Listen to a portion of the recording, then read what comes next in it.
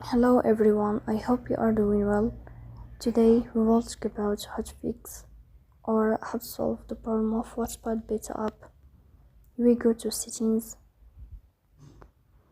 Here you will go to apps, default apps, app settings.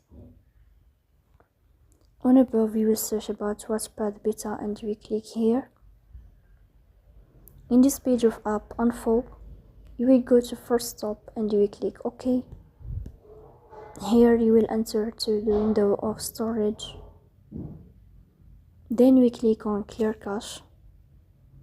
In the end you will turn off your phone and you will wait a moment to restart your phone again to fix that problem.